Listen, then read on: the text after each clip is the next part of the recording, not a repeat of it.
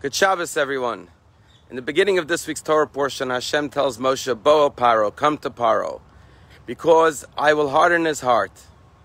In order, Laman, Asher Yisaper Baznei Bincha, so that you can tell into the ears of your children and your great-grandchildren all of the miracles and the wonders that I performed in the land of Egypt.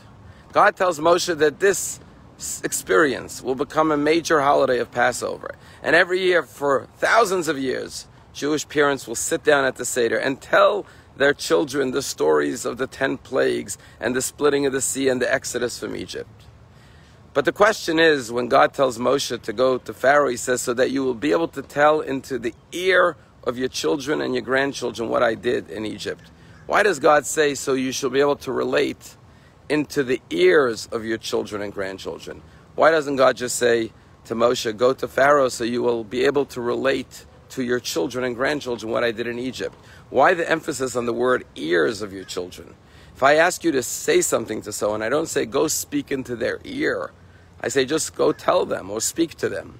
And the commentaries explain that there are two forms of communication.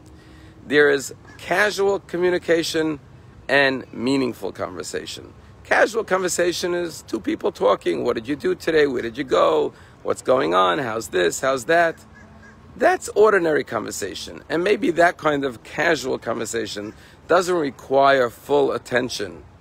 But there are certain conversations, especially between parents and children, that are meaningful and lifelong lessons to our children and to our grandchildren. And when we have those kind of conversations, they can't just be casual. We have to speak into their ear. We have to make sure that they're listening and that what we're saying is entering into their heart. We can't just speak to their mind, we have to speak to their heart. And today we have many ways of doing that. When someone says, listen up, pay attention, focus on what I'm about to tell you, this is important.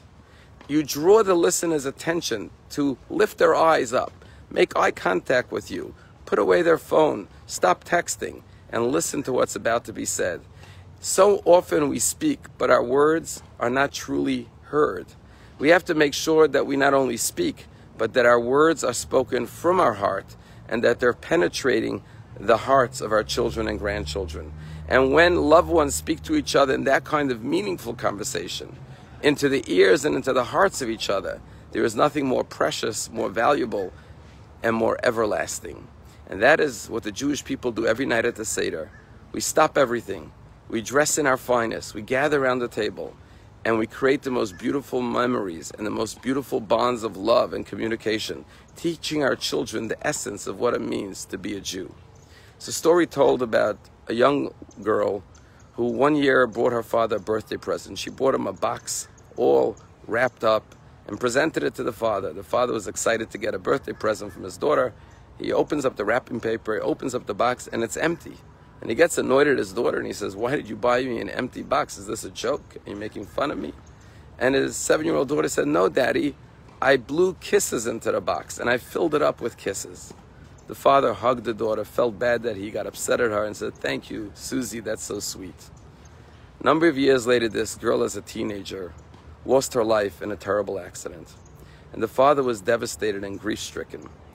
But he said the only thing that gave him comfort is he took out that box that his daughter bought him at his birthday present, that she had filled with kisses that she had blown into the box. And he said, I kept that box near my bed. And whenever I was feeling down and depressed, I would take out an imaginary, invisible kiss, and that would give me some form of comfort. The greatest presents and the greatest gifts we give our loved ones are the words of affection, love, and attention. The words of meaning, the words that communicate our soul and our essence to each other. But in order to do that, we have to stop what we're doing and listen to one another and speak from the heart and to the heart. Have a wonderful Shabbat.